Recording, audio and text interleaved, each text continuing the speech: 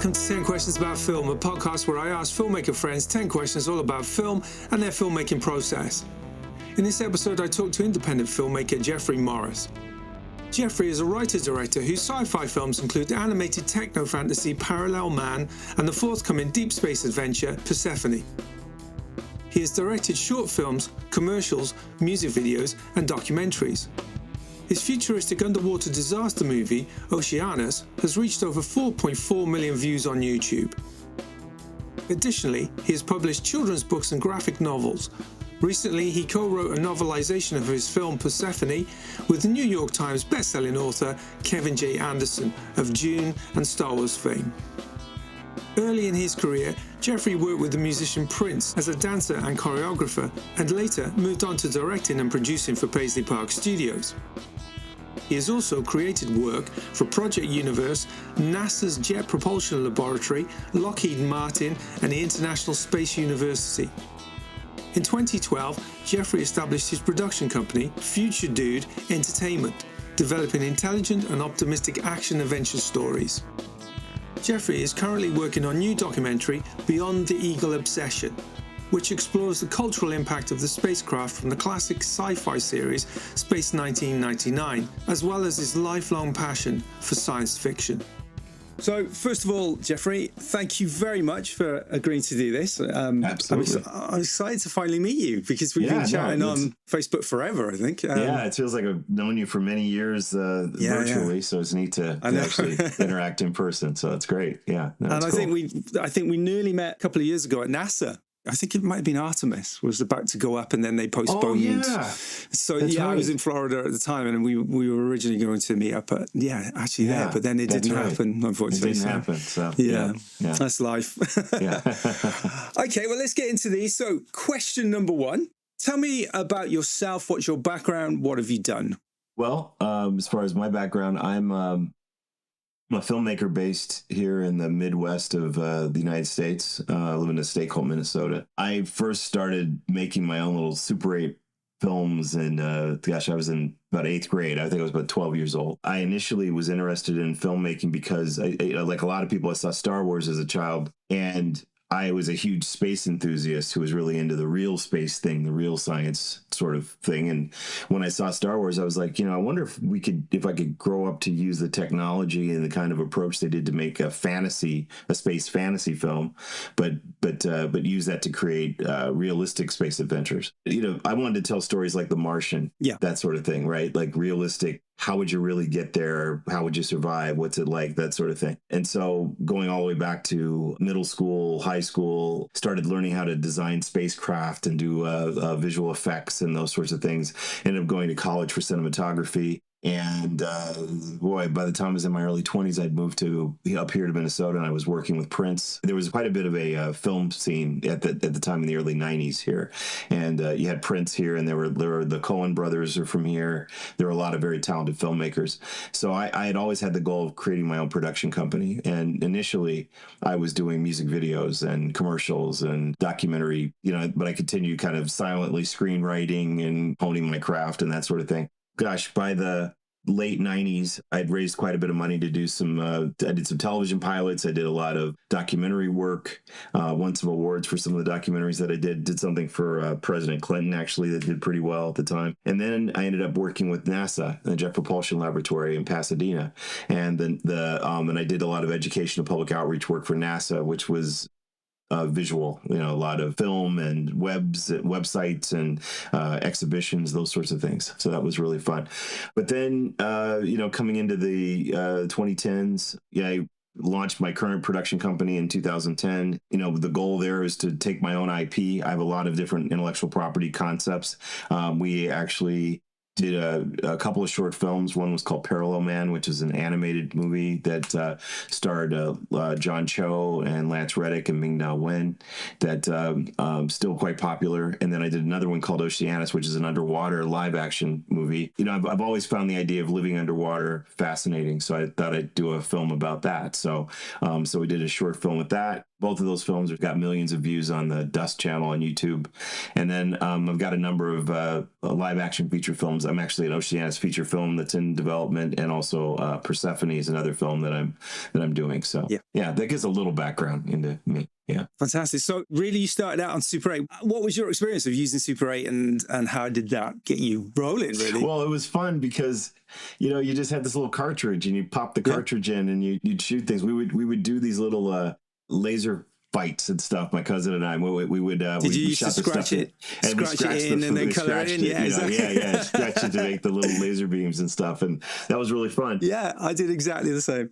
We did. We built miniature spacecraft. Like I was a big Battlestar Galactica fan, so we built these ships that kind of kit bashed spaceships in his basement, and then we would do our little motion control passes with our Super 8 cameras along these kit bashed ships we'd made and stuff, and that was really fun. So we did a lot of that kind of stuff. The other one we did was we did like a dogfight between a paper airplane and an F-16, and that was all using like fishing line and going out in the backyard and shooting, using a fogger to make clouds and things like that. So very creative stuff. It was fun, Then we didn't develop it ourselves. We would take it, develop it, then take it to the drugstore, and they would develop it, and you get it back, and everything. 2 weeks later, right? Yeah. Right. Yeah. Exactly. Yeah. But it was a great way to start. It was a great way to start. Absolutely. I mean, it's how I started. Exactly the same story. I went to see Star Wars. I decided I wanted to be involved in filmmaking.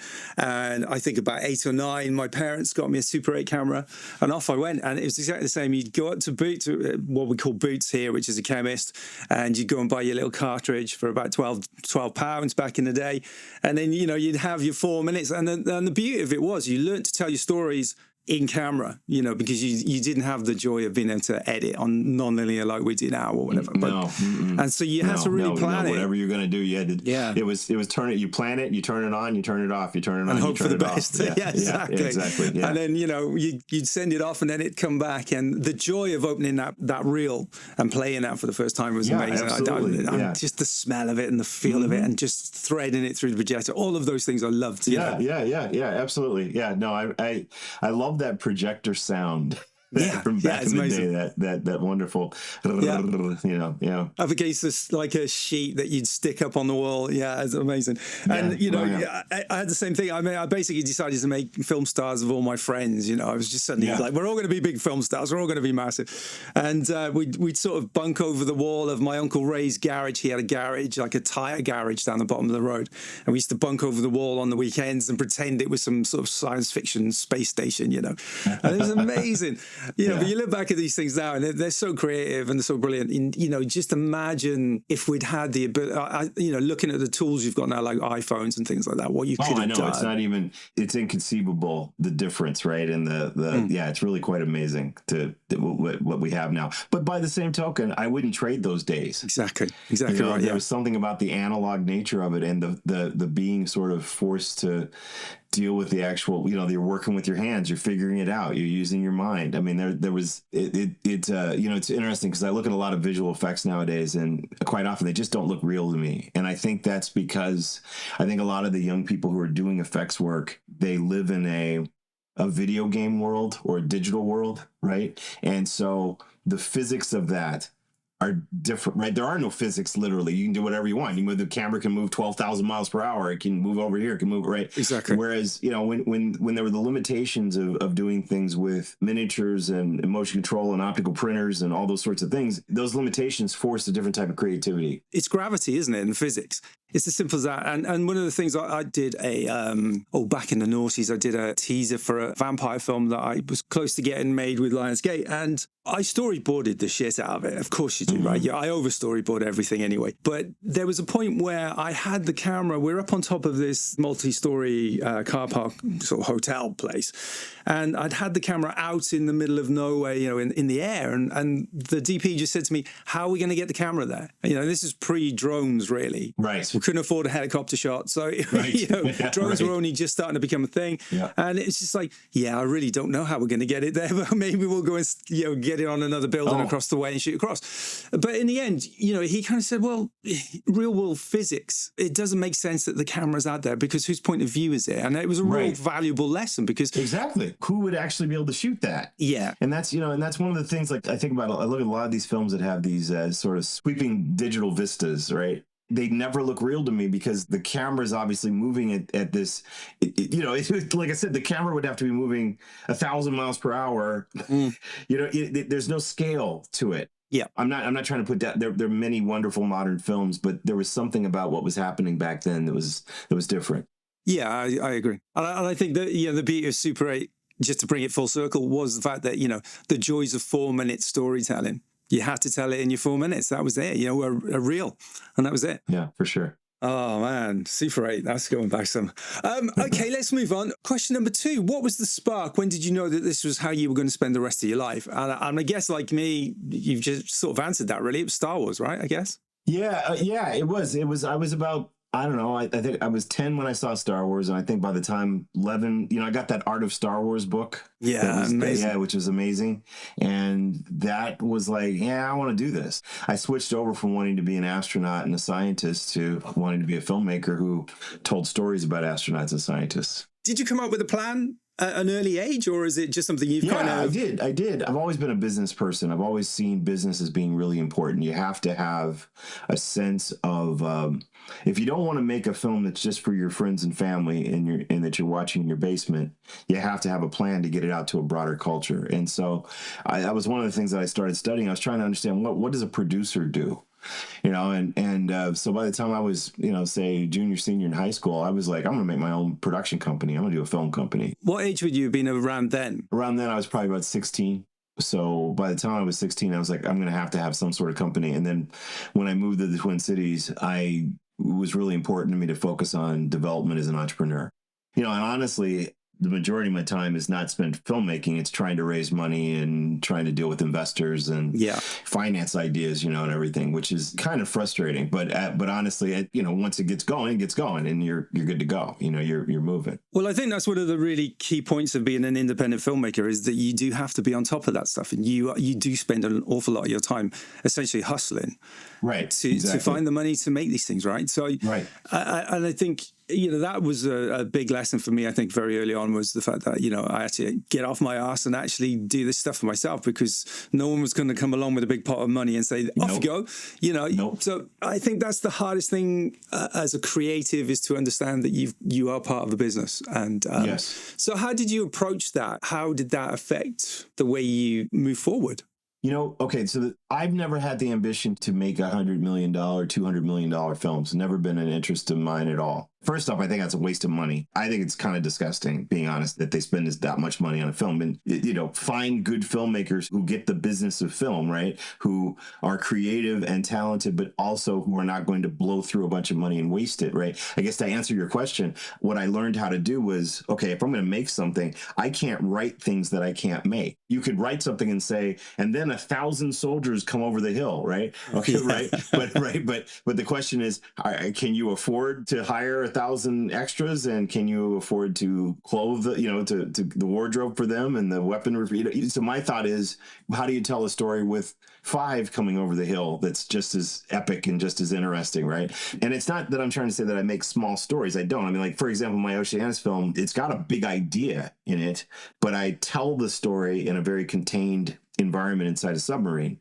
with just a couple of people, right? So I figured out the way to tell a big story, but in a contained way that allowed us to work with the budget and within a budget parameter. Yeah, but your films are still very visual. They are very still effects heavy in a lot of ways. Yes. Absolutely. Particularly, absolutely. So they still convey that sense of visual style that makes them a little bit more than just 3 people stuck in a can, right? Sure. So, I'm not trying to diminish it. What I'm trying to say is that that's all storyboarding, as you said. I storyboard the hell out of everything. I plan it all out. I do tons of previs, so that it's that measure twice, cut once thing. All right. Well, number 3, who is your biggest hero or influence? I would say my greatest hero and influence is Dr. Carl Sagan. I mean, Cosmos is one of those fundamental memories I have as a child watching that and being absolutely. Yeah, it was watching that series and reading those books and everything. To me, he was popularizing this idea that humanity was capable of so much more, and looking at what we'd achieved and accomplished, and how we were this part of the universe looking back on itself. And these are amazing concepts and ideas. Sagan, for me, and the fact that he was finding ways to sort of popularize science and bring it to the masses, I think it's incredibly important, and it's very sad. I mean, we desperately need a Sagan type voice right now. Yeah, the culture needs it. We need those sorts of beacons, to carry us to more positive horizons. I fully agree. Again, he's one of my heroes as well. It's just that notion that I think he humanized science. That's what he does. He humanizes it, and he makes you engage in it in a way that isn't dry. It's a real love of what he's doing. Yes. And that enthusiasm. Wonder. Awe of it. Yeah. Enthusiasm, as you say. That's the part that's so exciting, is to see somebody who was so in love with what he was doing, and in awe of the universe itself, and that was amazing. So I would say Sagan is sort of my number one hero, and it's certainly, with the work that I'm doing, I have a drive to try to bring science and scientific ideas to a broader audience, in a more positive way. So that's absolutely what it was. I would say number two for me would be Gene Roddenberry, in terms of what he did with the original Star Trek and then ultimately Next Generation. It's culture defining. It impacted our culture at such a level and in such a positive way. Well, the breaking down of barriers that you see in that show right from day one is just incredible, right? So you grow up with that, and you don't think twice about those things. No. That suddenly, though, seem to be really important in our culture again, that we have to be having those same fights again. And it's that's too bad. It's really sad. Yeah. It's really sad. Yeah, I have a lot of theories on that. I could do a whole podcast with you on that. But maybe now isn't the time to go real world politics, because I think we both know where we stand on that one. Yeah. No. Okay. Both really good choices. It's funny. You were prompting me to think about, like, who are my film heroes? Do I have film heroes, right? It's like the people that are more my heroes in film are more like Sid Mead or Joe Johnston or, Ralph McQuarrie, people who were the visualizers of the ideas. They're world building people, aren't they? The world building people are the ones that are the heroes for me. Those are the guys that I'm like, wow, that's really, really cool. Because at the end of the day, you don't have a lot of people like a James Cameron. He's an illustrator also, right? He designs and illustrates stuff. But a lot of, you get someone like George Lucas, and someone's bringing him, here are 10 designs, and he says, oh, I'd like that one, put them together. It's a very different mindset, than being the person who's like going, well, give me your script and I'm going to try to bring this to life, and I'm going to try to figure out what this is, I think there's an interesting link between the people that you chose as well, like Sagan, and the production design people you're talking about, because it's still very science and engineering based, and the whole world building idea behind it, I guess, is quite a through line for you. Absolutely. Question number 4. Tell me about your first film, and what was it? I would say my first real film was it wasn't a film. It was a pilot episode of a television series that I wanted to do. Okay. And I ended up raising hundreds of thousands of dollars here in the Midwest, because I wanted to bring a TV series here to produce, because we had the production infrastructure in place to do it. So it was called Endeavor, and it was about test pilots in the future. Oh. The whole idea is that we had these futuristic aircraft and spacecraft that were on the cutting edge, and you got this company that was doing private space initiatives, and they would hire these crazy test pilots it was kind of like the right stuff of the future. Okay, sign me up. When are we doing it? That sounds great.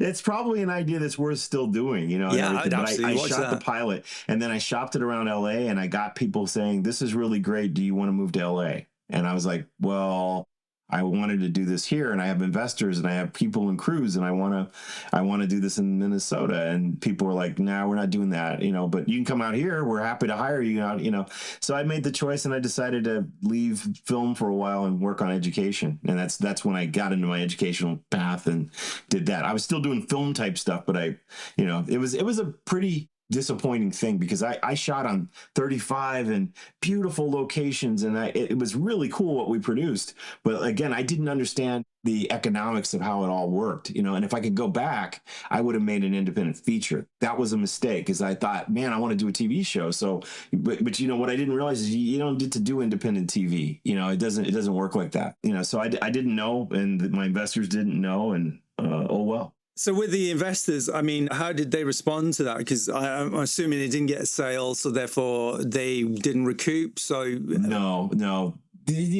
Very, very wealthy people just took a write-off. Okay. They took a write-off, and I ended up stuck in debt. So it was not. Sounds familiar. Yeah. That was. I wasn't the rich guy in this case. So the curse of the indie filmmaker. The rich guy did just fine.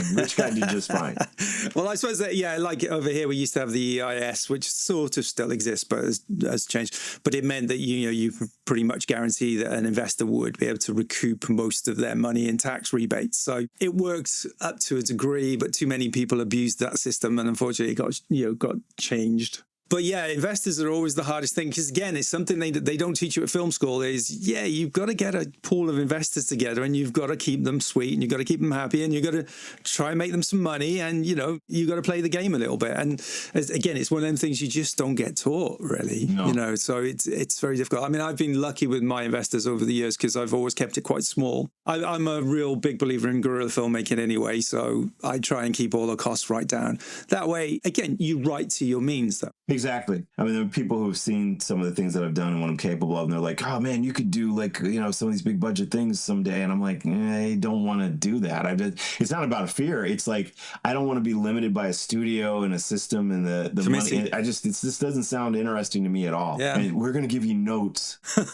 Look, it's not that I don't want to hear somebody's view if they're financing, but at the end of the day, it's like, what are the notes? Why are the notes? What is it's again, I don't want to come across as a film snob, because I'm not. But what I will say is I do believe that there was a time when the quality of what was happening, it wasn't being driven by the corporate side or the finance side. Yeah, and we grew up during that time. Right? So having seen the kind of movies and the kind of spectacle and the kind of ideas and risks that were being taken, the idea of something like a Tron, it's very hard to get new ideas like that across now. Where you say, I want to try this. I want to try something else. Well, they go, well, what would that cost? And then of course they put it through their system. They go, well, that sounds like that would cost blah, blah. And it's like, well, no, I could do it for this. Well, yeah, but we've got this guy who wants to make movies, and he's been making movies. And when he makes a movie, he can't do that for less than 80 million. I want to stay in this under $50 million range with these really carefully planned out, thought out films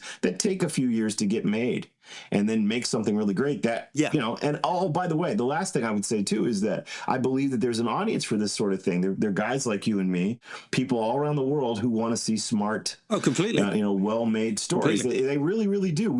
I don't just want to see these franchise things over and over and over again. It's not that interesting to me, or having to reboot ideas or coming up with the upteenth sequel to something, right? It's like, I know that there are filmmakers out there who have good ideas. The problem is the economics and figuring out how to get it done. Well, the thing is, I'm sure that a lot of those films, as we would, if you're given the seventh or eighth sequel to something, you want to do an interesting spin on it. But the problem is the interesting spin isn't going to work with the idea that they want to make money.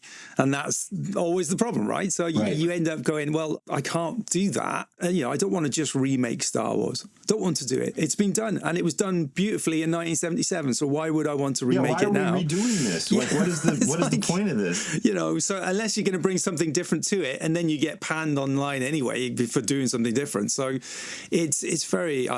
Like Star Wars, for example, part of why I really like the Andor series is it feels like, man, that feels like a 1970s sci-fi project done with today's production capabilities. That's what it feels like to me. And the storytelling's dead on. I kind of wish... For me, I'm like, I wish that was it. I wish it was like, all these other Star Wars things are doing. It's like, that's the one. If you just had one, just do that. And the irony is that's the one that slipped under the net, right? Yeah. You know, because you can tell that they just thought, well, no one's going to care about this, so let's not pay too much attention to it while we're too busy doing the other big shows, you know, the legacy characters. And actually, that's the one that, you know, for me, exactly the same. It's the one that's actually nailed it perfectly. That's the one that nailed it. That's the one that's nailed it. That's like awesome. It's awesome. But then I wouldn't want everything to be just a rehash of Andor either. Yeah. So, you know, that's why I'll watch something like Skeleton Crew and actually enjoy it for what it is, because, you know, the Goonies in space, what's not to like about that? You know, so I give it a free pass because it's not Andor, and Andor, I think, is a very special thing, you know, a little jewel that we need to cherish. Okay, let's move on. Question number 5. What is your worst filmmaking experience, and how has that defined you as a filmmaker? I would say probably the worst filmmaking experience I had was in the late 90s. I was doing a sci-fi film called Timeless, which is a time travel movie about a guy who he's a physics professor.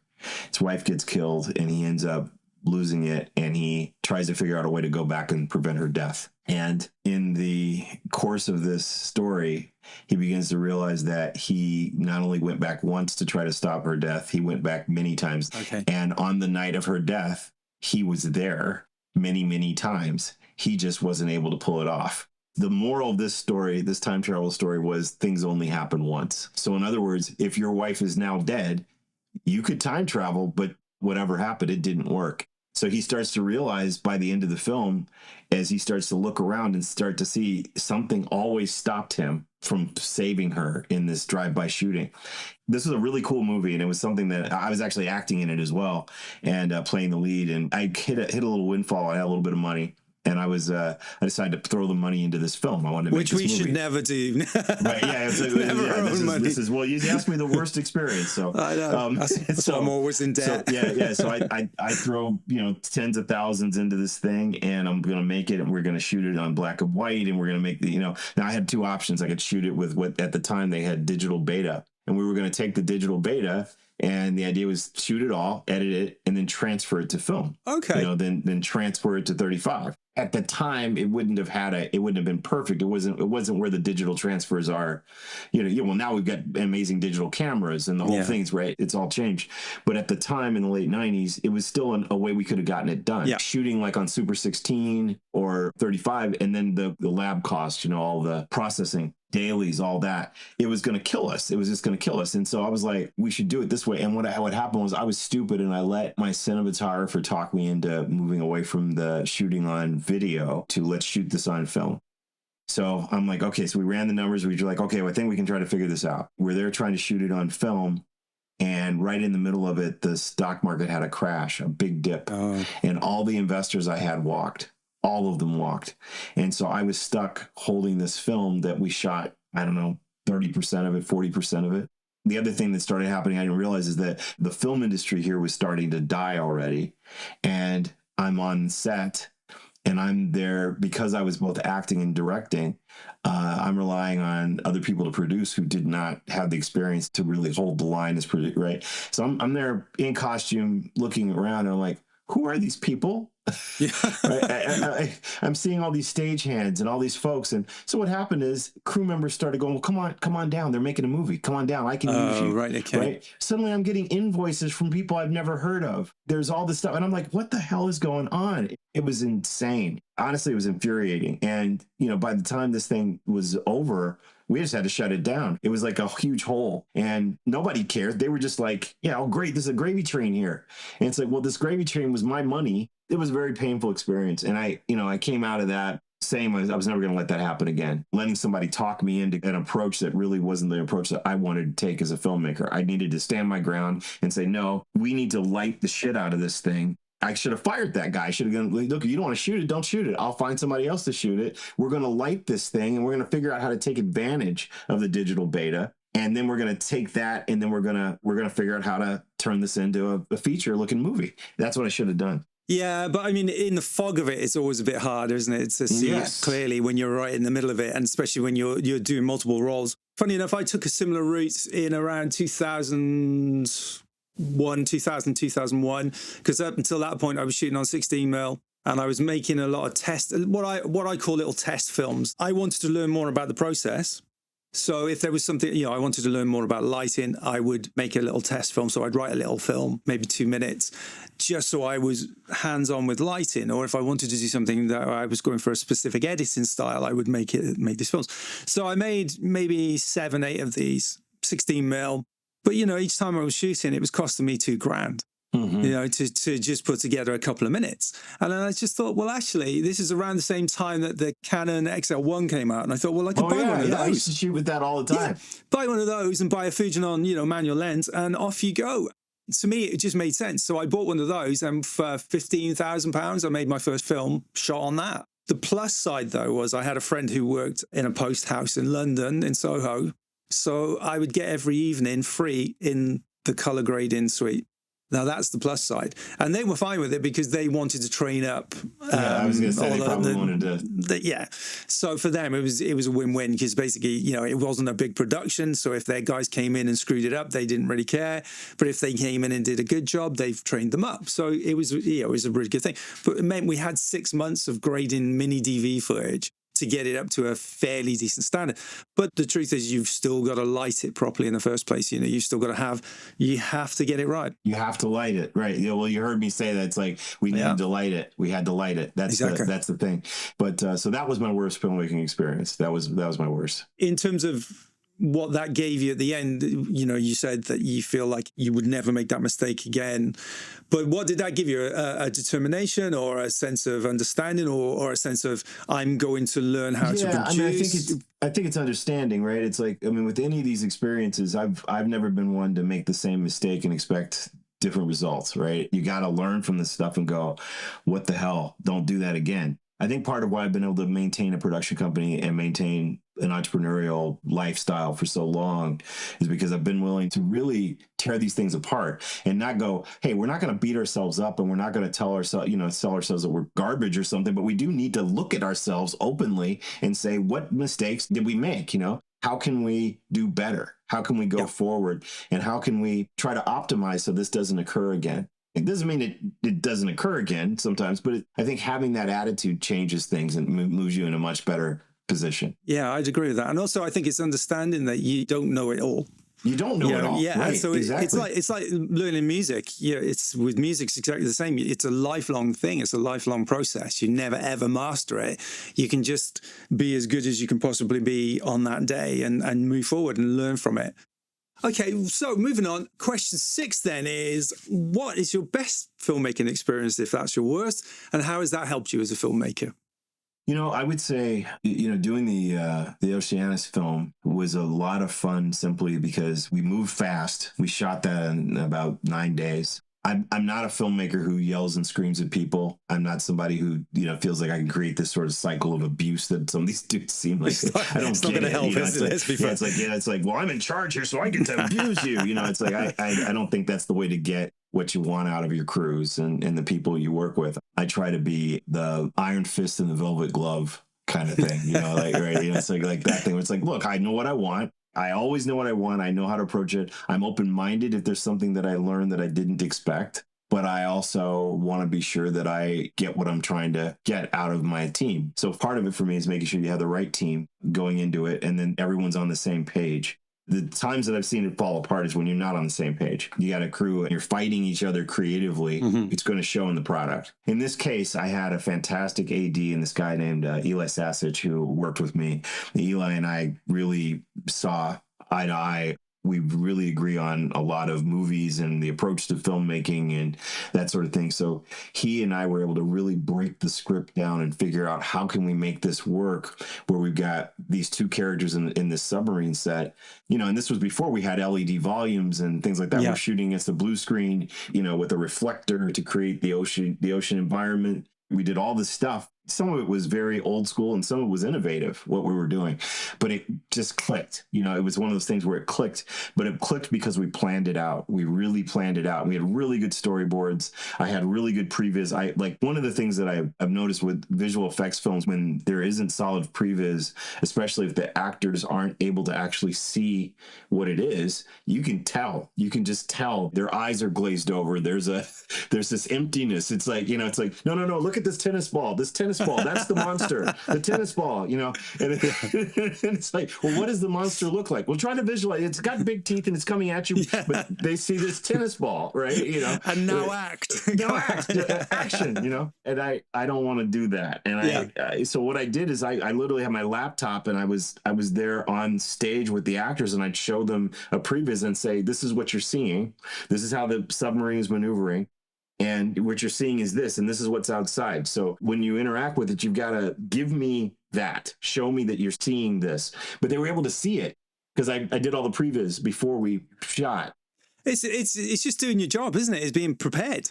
I think so. Prep is everything. Preparedness is everything. Yeah. It just is. I think it's everything. And I don't know, personally, I just think it frees you. Yeah. I think being prepared frees you up. And again, it's not that I'm saying, hey, there's no room for spontaneity. I mean, I think some people feel like if you're over prepared, you're not there for if something magical happens. It's like, no. I'm open to magic happening on stage. Like, oh, that's in there. Let's do that. Right. Of course. And if my actors had something that they're like, hey, man, I'm thinking about this. Could we deviate a little bit? Because I know actors who don't like often working with sort of writer-director sometimes, because the writer can be a real jerk to the director in that case sometimes. Like, it's like this sort of schizophrenic, relationship where the writer's going, hey, that's not what I wrote. That's not what I wrote.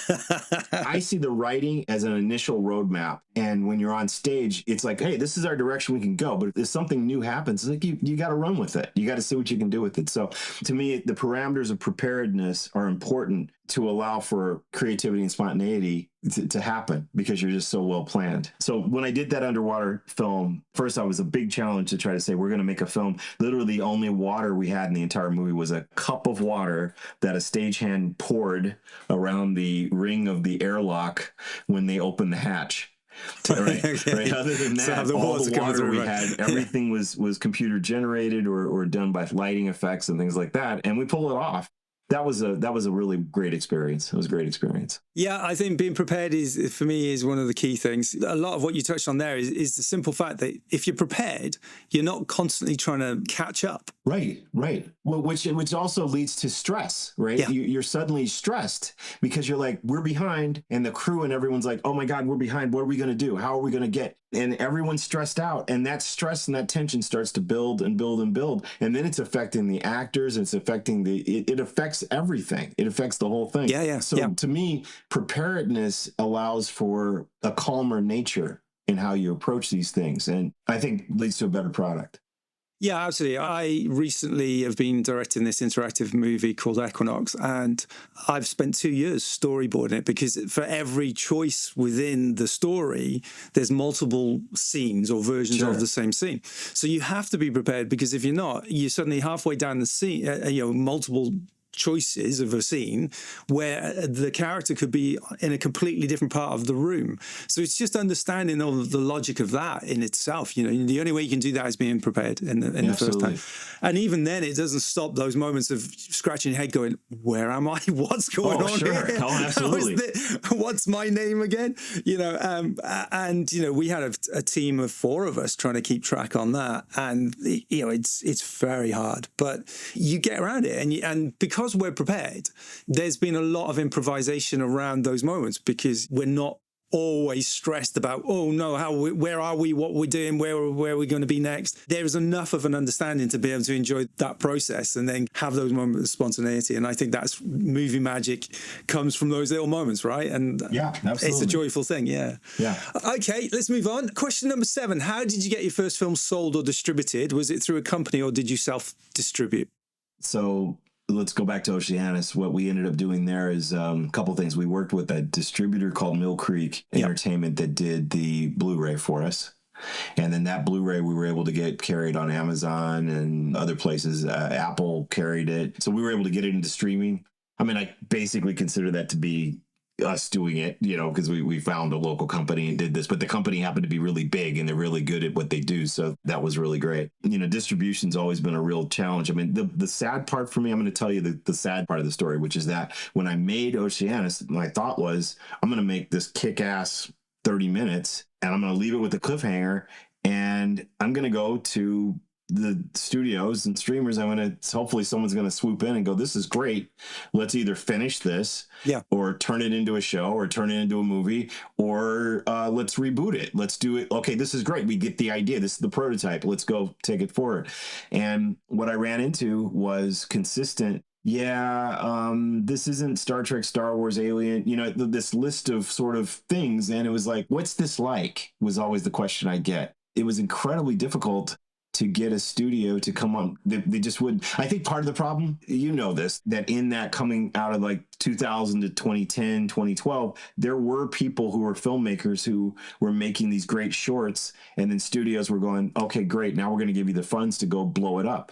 But that died, and I happened to have made Oceanus right at the time that was dying. And I still, to this day, I get letters from people all the time going, I love that. Why didn't it get turned into something more? Again, that's another one where I wish I had just stopped and said, okay, we got something so awesome. How do we shoot another week and a half and actually turn this into a full feature? Yeah. But again, I was hoping that we were going to get a studio to come in. And I think we were also right at that time. It was right when the streamer thing was really taking off, and people didn't really understand the power the streamers were going to have. The streaming really changed the model. It changed the model of filmmaking so much. But I don't think the streamers even understood that at the beginning, to be honest. Because Netflix was just hoovering up everything. I had a few things on Netflix on the early days, and you just think kind of, you just won't get those deals anymore because... Well, I met with them about it, and I showed them, but I was with these two. There was nothing personal at all. I met with these guys, though, at the time. It was right when they were really taking... These guys were exhausted. They were bleary-eyed. They were just tired and negative, and there was just not... I think that if I had come in there with Steven Spielberg open the door for me, they would have been like, oh, okay, well, we'll listen. You know what I mean? But it's like, who was I, right? It's that sort of thing. So, but it did end up on Dust, didn't it?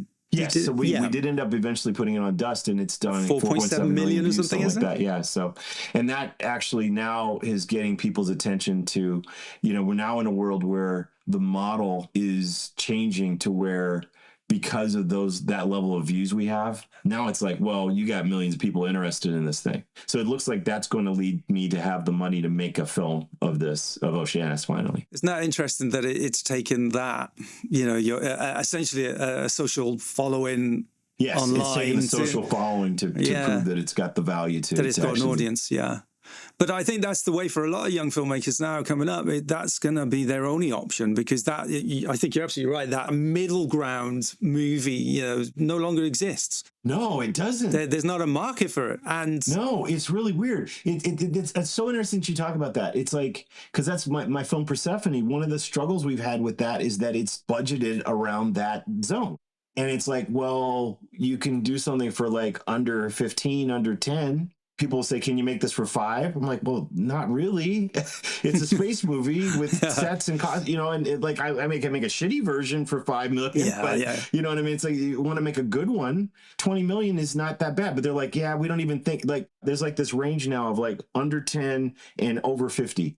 So maybe that is the only option left to a project like that, was you aim for higher, 75 to 100 million, and hope to get an A-lister on board.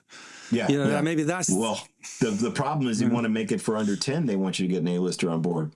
I mean, that's the thing. Yeah. That's why, this actor thing is bizarre. This idea that you have to have A-list actors in everything. That's an aspect of the streaming that's happened, where there's an expectation that you have to have, because you're trying to get eyeballs, right? So the idea is you have to have some person of note. It's made filmmaking extremely difficult. Well, I think a lot of that, again, it comes back to the corporate mentalities, isn't it? Because, you've got to have that opening weekend. If you don't have that opening weekend, then your film's going to be dead in the water. I mean, it's always kind of been around, but it's a relatively new driver as a business plan, because you go back to the 70s and 80s and even into the 90s, the opening weekend was important, but it wasn't the life of the film. Whereas now that's what it is. Well, you also could have films like Star Wars. I didn't know who Mark Hamill was. No, exactly. Right? No one cared. I didn't know who Mark Hamill, Carrie Fisher, or I didn't know who any of those people were. And it didn't matter to me either. I didn't even know who Alec Guinness was. I didn't know who Alec Guinness was. I was a 7-year-old kid. Why would I? No, exactly. It's interesting. Mickey 17. I just went to see Mickey 17, which I really liked. I get why certain people might not like it, but I enjoyed it a lot. For me, that's a very telling thing, because that didn't do very well. on its opening weekend. And now they're talking about 18 days before the digital release. So it's getting released sometime around now. By the time this goes out, it will already been released. 18 days. It's insane. It's almost like for some of these films now, the theatrical release is just a commercial for the digital when it doesn't do well, when it doesn't reach expectations. But see, like that film, the budget was like, was about 120, I think. It's something like that. It's around that effect. Yeah. But I mean, to me, it's sort of like, that's a hard one, to spend 120 on that, because it's not something that was going to appeal to it. To me, I could see that it would appeal to a very quirky, very specific audience, right? And so that feels like a $20-30 million, $50 million movie to me. As far as what the market is for it and the story idea, right? So it's almost like you create, when you spend 120, and then who knows what you spend on the marketing for that film. Let's say by the time you're done, another 100 million. So now we spent, $200+ million on this thing. I don't know if it was a good decision making. What's interesting about it is that we are now at a phase where I think, Warner Brothers, for example, who put that out, I think it's Warner Brothers, they basically are willing to spend 120 million on a film like that, which, traditionally would have been something like Silent Running, in back in the day. It's all self-contained on a spaceship. And you kind of think there's no way in its day Silent Running would have been, the equivalent of a $120 million movie, right? And yet it was a big effects movie, it had robots, it had big sets, and it's a similar kind of movie you're making. I think that's the problem is, a movie like Mickey 17 has got no chance of recouping, on an opening weekend because of exactly that, because it's not $120 million worth of movie. It's not. And so that's just bad accountancy, which, considering it's being run by accountants, you would think they would have more of a grip on it, right? Bad decision making. And what's frustrating is then I'll hear people say things like, well, this proves that independent science fiction is not a good bet. Well, hold on. Yeah, it's nonsense. That's ridiculous. And I've seen articles like that. Mickey 17 proves that independent filmmaking is not, sci-fi filmmaking is not the way to go with this kind of, or that people only want the franchises. No, that's not true at all. It's just you have to have smarter cost to concept ratio. I think it just came up with something new right there. Cost to concept ratio. It's responsible budgeting, and that's what any good producer should be doing. But the problem is the studios, I think, are just saying, it's a big sci-fi film, so let's give it a big budget and we'll sell it as that. But the truth is then it's missold, right? And it's We'll move on. Question number 8. What does it mean to be a filmmaker to you? How would you describe what you do? The number one thing for me is that I've always been a storyteller ever since I was a child. I think storytelling is what it really is about for me, and I think film is a medium with which you can tell. There are those who tell me, I'm not a big video gamer, but there are those who tell me that video games are actually becoming the place where you can tell the kind of the biggest brush of storytelling, right, in a lot of ways. But I think film is such an amazing medium for storytellers. And I guess that's what it is for me, is that it's not so much about film, it's about storytelling. And it's also about the idea that you can impact people's lives. There's a responsibility that I feel that film could have, and maybe should have. I don't think it achieves that responsibility very often, but I think when I say that responsibility, that doesn't mean that every film has to be some super deep 3-hour epic of some sort.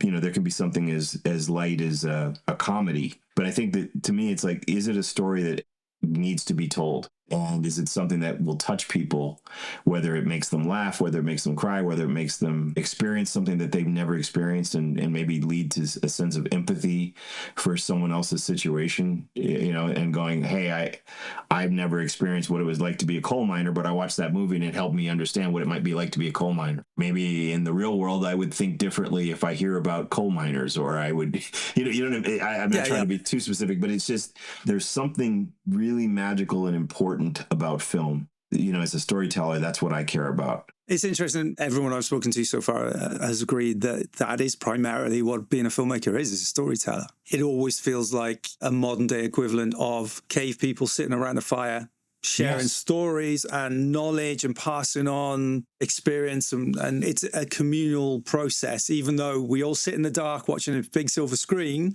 and we don't really talk. But, you know, it is that communal experience in a way that maybe going to see a band live is, you know, a concert. You know, so for me, it always harkens back to that cave person mentality of sitting around a fire, sharing stories and learning about who we are and our place in the world. Absolutely. We're getting towards the end now. So question number 9. Tell me about the best gadget or tool that helps you as a filmmaker.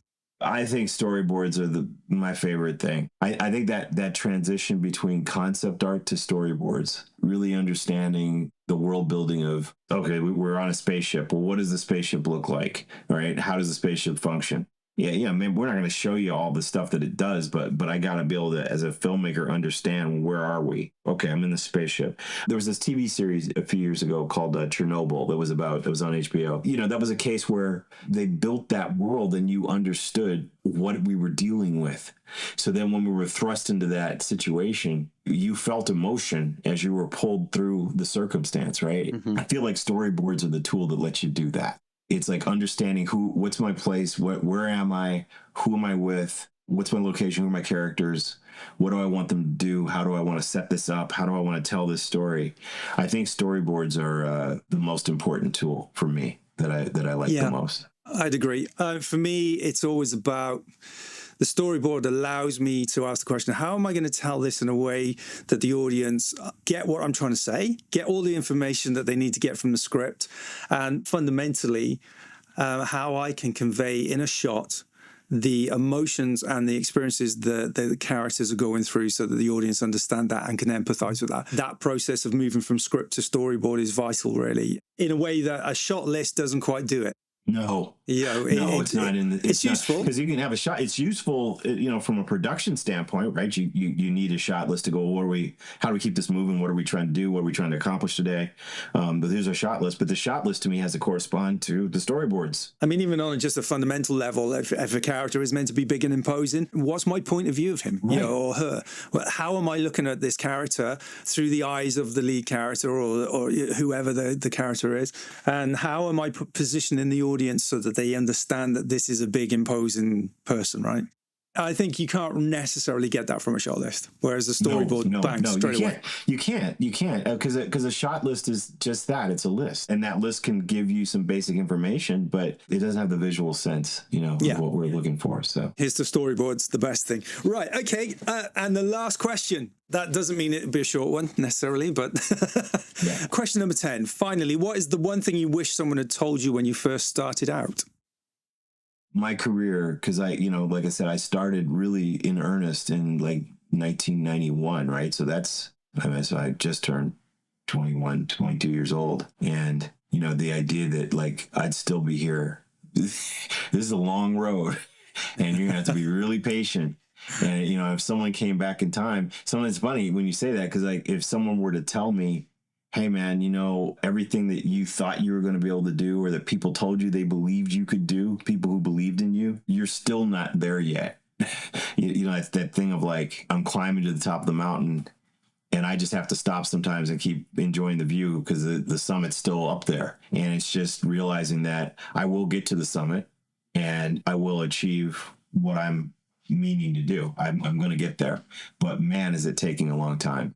What I think people don't understand is that when we're watching these films, we don't have any clue as to how long it takes for a lot of good movies to get made, good ones, right? I mean, there are films that are taking 15, 20 years, you know, and I, you know, I've had to explain this to investors that I work with. It's like, why is this taking so long? And it's like, well, the problem is there's so many variables. I think that's what I would talk to myself about, is that you need to be prepared for the variables. It's like, if there are paths that look like they're going toward a dead end, change path. That's what I would tell myself, because what happened is I think there are times that I wasted more time in a dead end than I would have spent just trying to go out and find new paths. Yeah. Because I'm like, well, there's this investor and this investor says they're interested in this thing and we're working on this business plan and I think this is going to happen. And they said they were going to do this and they said they were going to do this. Well, they just said no. Well, they said maybe. Well, okay, we'll keep working on them. It's like, dude, go find somebody else. Take that energy you have and don't put it into that, because it's not going to pay off. Now, that doesn't mean be impatient. and rush through, your connections or potentialities, but it does mean where it's starting to feel like you're bumping against a barrier, it's probably really there. Yeah. And you probably need to either step over it and go somewhere else or turn around and go a different direction. That would be my number one advice to myself. That's a great piece of advice. It's something I did myself in my own career very early on. So in the noughties, that vampire film I was talking about earlier on, we had a lead actress lined up who, I won't mention names because it's not fair to her. She ended up dying, which is why the project fell apart. Sorry to hear that. I've talked a lot about this on the podcast, so I won't go into the detail. But, obviously at that point you kind of realize it's just a film and actually that's someone's life. Right. That's a tragedy. The thing of it is at that point, I'd already invested 5 years into this project. And I was working with a producer who, he was a blagger, should we say? We call him over here, blaggers, a hustler. And he kind of got it so far along. But, we just kept coming up against brick walls. And there was a point where I just said, I need to pull the plug on this because, we've been working and it's just not happening. And when she died, that's kind of what I did. I walked away and I decided to go and make a road movie instead with, next to nothing, a digital SLR. And off I went, me and the actor in a car. And that's it. We went and did it. Went back to guerrilla filmmaking, always go back to just doing something. Just get something done. Change course, yeah.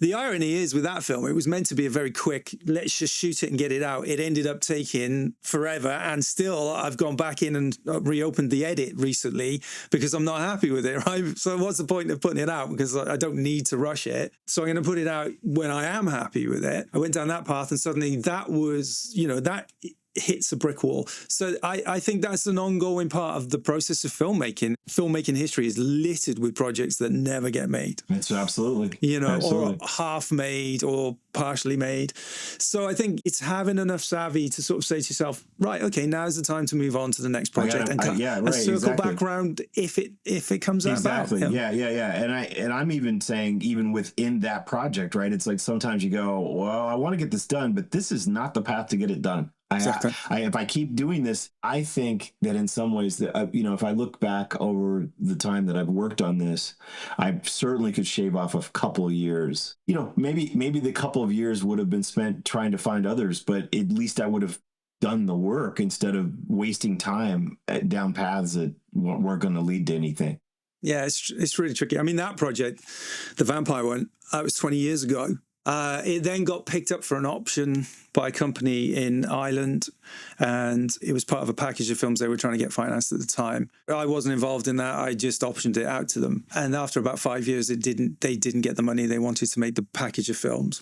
So it reverted back to me, and it's just sat in my drawer doing nothing for 10 years, really, until about a month ago. And then I decided, well, actually, because of the technology we have now, I might as well rewrite it as a radio play.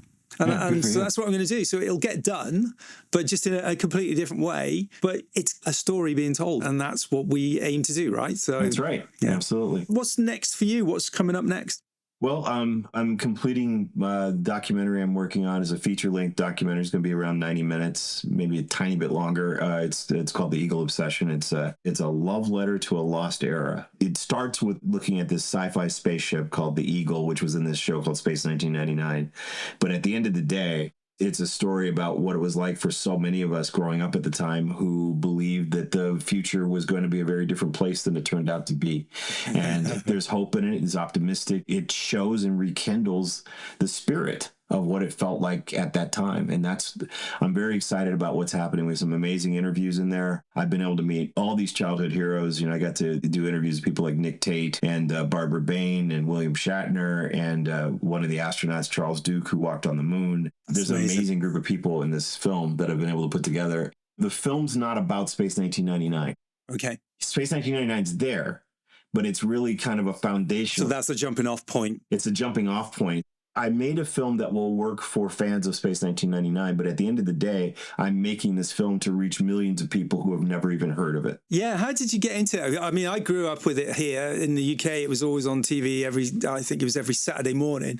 And it's one of those shows I've always loved as well, because the Eagle it's very iconic. It's the reason that the Millennium Falcon now looks the way it does, isn't it? Because the original... Watch the movie. Watch the movie. So you've got it in there, right? Okay. I won't talk about it then. Yeah, that's in the movie. It's in that era of sort of Doctor Who, Blake Seven, around the era of those kind of shows that are quintessentially British in a way, that the way they're made, I was kind of that guy. It's weird. I was this American kid, but I've always related to England. I've always related to the culture, the music. For some reason, it just kind of resonated with me. And like the first sci-fi show I ever watched was Jerry Anderson's UFO. Right.